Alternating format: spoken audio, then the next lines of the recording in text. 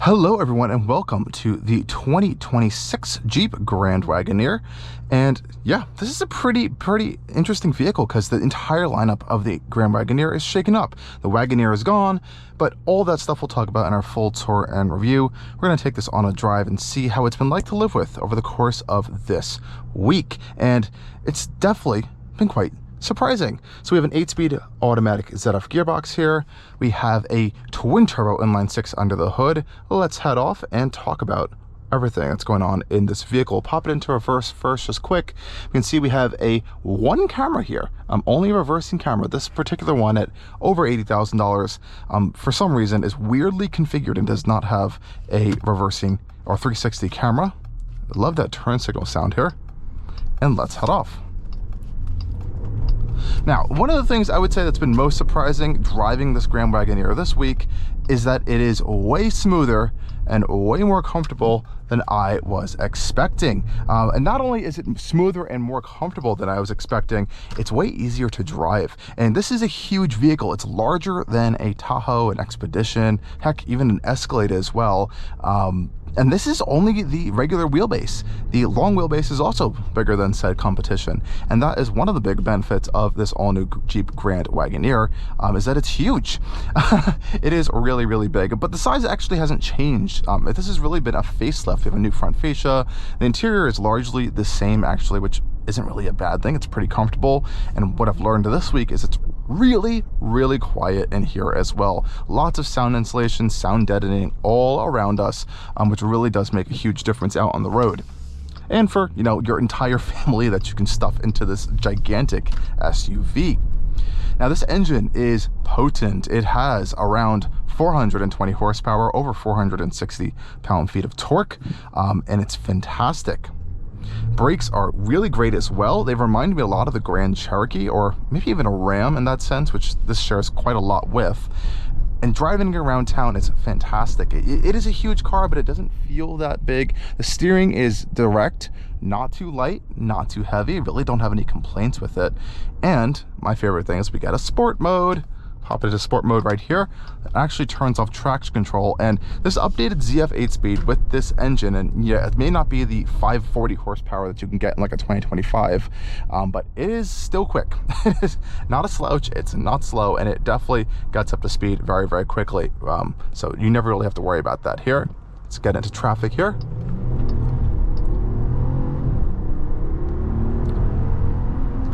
That's about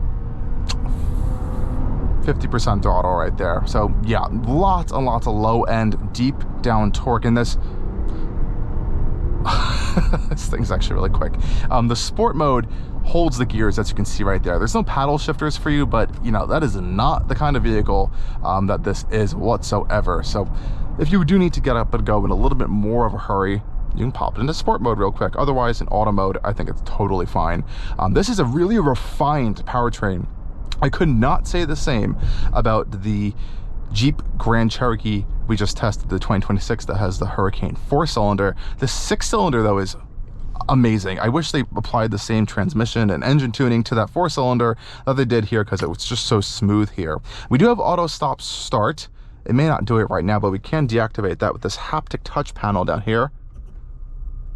A weird little digital sound to deactivate it, but you can do so, which is quite nice. We have power seats, which is great. Lots of adjustment there. And if you step higher up in the trim levels, you'll get you know, higher end Macintosh audio systems than even this one. You can get massaging seats as well, but we're already getting ventilated seats and heated seats in this particular one. Leather absolutely everywhere. This is the Napa leather interior option, which is really nice. These seats are super comfortable, which is great. I love this metal shifter over here, which is quite nice. Visibility is also pretty good, even out of the rear, though I don't have any passengers with me right now, and there is a package where I can get a digital rear view camera, which personally I would get. I think that would really help out if you have, you know, that third row being used quite often, which you can use a lot because it's so big. We also have a huge panoramic glass roof that opens even wider than the shade, and one for the rear seats as well. What I really like is that we also can actually fold down the headrests from the infotainment system here. So if they are up and they are bugging you, you can actually favorite these so you don't have to scroll through it. Just press these two buttons and they will fold down the second and third row headrests from the infotainment screen, which is really, really cool of a feature.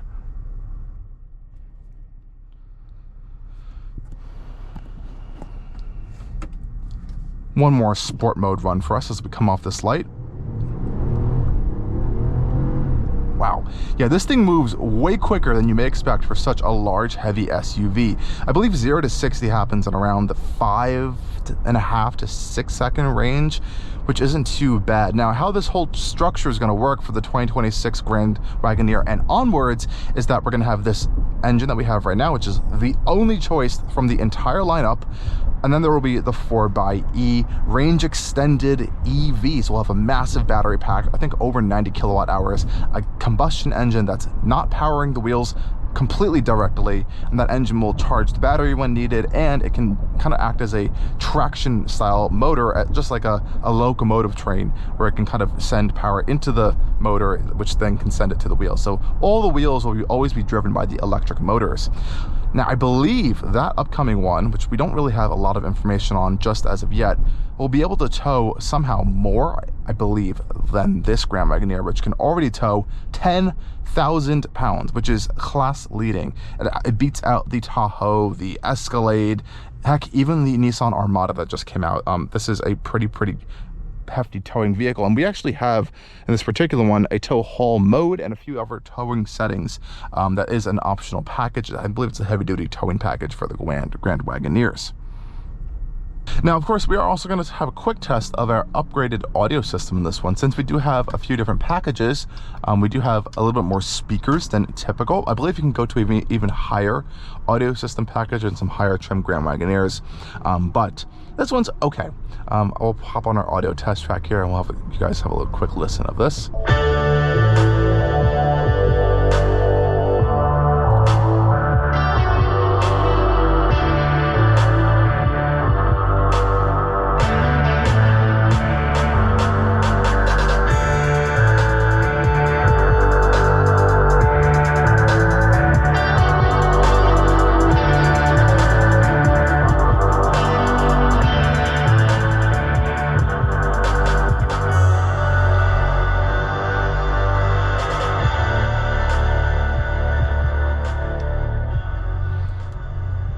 Okay, quick listen of our audio test track here, and you know, it's not too particularly bad. If you're an audiophile, obviously you may not be particularly fond of this system, but gets the job done. I would say when you kind of turn it up to higher volume levels, it doesn't really get super washed out in that sense, but some of those bass levels kind of get a little bit flatline, just up there a little bit there.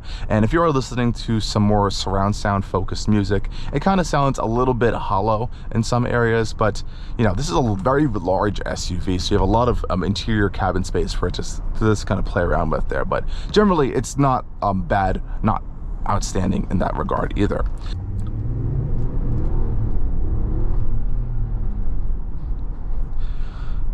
Now, also with this package of Grand Wagoneer we're currently getting, we also have a heads-up display, and you may notice it's not on right now because this is a rare situation for me who does like heads-up displays. I think it's too big. Look how large this thing is. I'm sure it's not completely coming across on camera for y'all, but this is one of the largest heads-up displays I have ever seen, just in terms of it taking up so much of your view. Normally you have such a large view of this Grand Wagoneer, and yeah, you know, maybe the window's a little bit not tall on that aspect, but when you throw in this heads-up display here, and just because I think how large the icons are, it really does kind of eat into your visibility, and honestly is a little distracting. So I've actually been driving it off this week without the heads-up display, which is kind of shocking. You can adjust the brightness from our digital cluster here, and you can just turn it off with the touch of a button if you don't want to see it. But it does project built-in car navigation directions up there, which is nice, and a few other stuff, especially if you're using the adaptive cruise control style system, which, you know what, for a demonstration purposes, I will turn on for you guys so we can kind of see what that looks like. So this one does not have the full radar adaptive hands-free style system. It just has more traditional radar adaptive cruise control with the steering assist, lane keep assist style functions. So many names for all of these systems nowadays, but it's honestly pretty good. I did really like the hands-free style system we had in the Jeep Grand Cherokee we just took on a road trip, but this just works, I would say, like 90% there. It's just that extra 10% of that hands-free capability that this particular Grand Wagoneer Limited Altitude does not get in this current configuration. And to activate it, it's pretty simple. All you got to do is press your cruise control button on the right hand side of the steering wheel. Adaptive cruise control is prepared and ready. Oh, what is this Kia Soul doing? And we shall turn it on for a second. So we just set our speed there, and we press the little center icon, which gives us our hands or kind of steering assist here. But it does have that hands-on icon, which means it's not a hands-free system. We're on a pretty tight, tiny highway right now, not a full 3-lane highway, and it works pretty well. It's even worked on some side roads here, which is pretty nice to see. It holds the lanes really well. It is a touch-based steering wheel, so you always have to apply some sort of touch to it, and that warning will go away. So you see it will turn red for you in a second, but it works really well. I don't believe we have lane change assist. I did try it. Did not work. It may only work on major highways. I did try it there too, but it also did not work. So I believe that's only paired with that hands-free system that you can, I believe, optionally get on these Grand Wagoneers. And this digital cluster is generally pretty good, very Jeep familiar stuff here. We have this kind of unique card layout here if you would like. We also can do this gauge layout as well as this gauge layout. So you have a few different options as well as endless amounts of other screens we can kind of play around with in the Grand Wagoneer. So how does such a large, big SUV handle on a highway? Surprisingly well. Now, if you're on a small highway like this, you may feel like you're taking up the entire road, which you sort of kind of are, but it's more tall, I would say, than wide feeling, and I think that makes it a little bit more manageable. The ride is fantastic. You can optionally get a Quadrilift air suspension with, I believe, an adaptive damping system that's paired to it. We don't have that. We just have the regular coil spring suspension, and since this is derived from the Ram 1500's body-on-frame architecture, which we think is probably one of the best, if not the best, riding pickup trucks on the market right now in that class, this is no exception. It rides so well. We've been in all the vehicles of this class, from the GMC Yukon to the Tahoe to even the new Navigator and the Armada, and they all do a good job these days at kind of masking a little bit of their body on frame nature underneath their architecture here.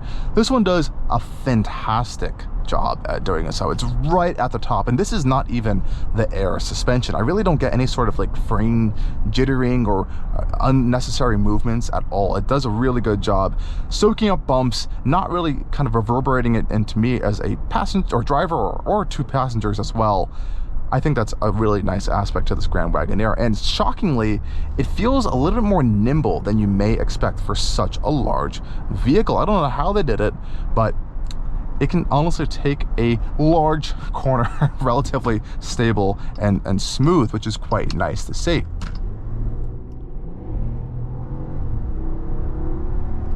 Speaking of said corner, let's go around this one right now. And it holds its own. This is absolutely not what you want to do in a Grand Wagoneer. But if you come into this situation, this thing can hustle around.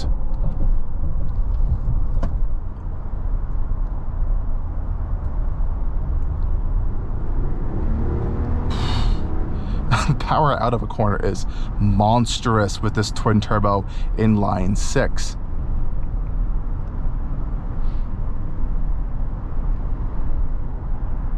Steering wheel shape is totally fine as well. Really no complaints there. A very familiar shape to other Stellantis products nowadays. Good grip points. Material feels nice. It is heated as well, which is great.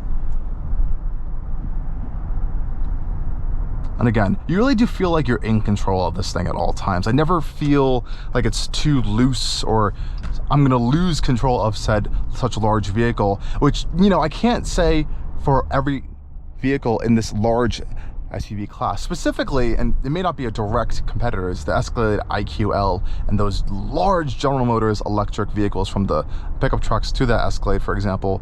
They just feel so unsettled, so tall, such a large amount of mass on the roads. And yes, it's actually almost like double the weight, I think, of this car actually, which is quite horrifying to think about. But those did not feel very nice to drive. They felt like they're wobbly, they're lifting up. I felt like I didn't have a lot of connection to the tires, but this totally different. I think this is actually quite nice to drive around. So if you are considering something in this class of vehicle with the Tahoe, the Escalade, the Armada even, all this stuff, you definitely got to give this Grand Wagoneer a look. I think it looks fresher than ever with this new fascia they put on it. The taillights have been kind of reimagined, and I genuinely mean this. Oh, there's a very nice NSX over there.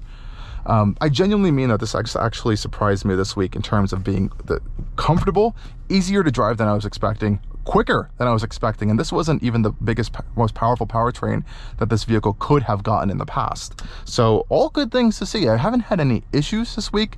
I only drive it for 1 week, these vehicles at a time, so I can't really attest to long-term reliability, but it's incredibly spacious. It looks sharp, feels nice, really good general build quality. It's comfortable. I don't know what else there is much to complain about. There's a lot of competitors out there you got to cross shop with, but you got to give the Grand Wagoneer a look, especially if you're a little bit hesitant in the past. I think they've addressed quite a lot of things in this updated 2026 model. As always, guys, thank you for joining me on yet another drive over at Allcarnews, and of course, stay tuned for more coming soon. Cheers.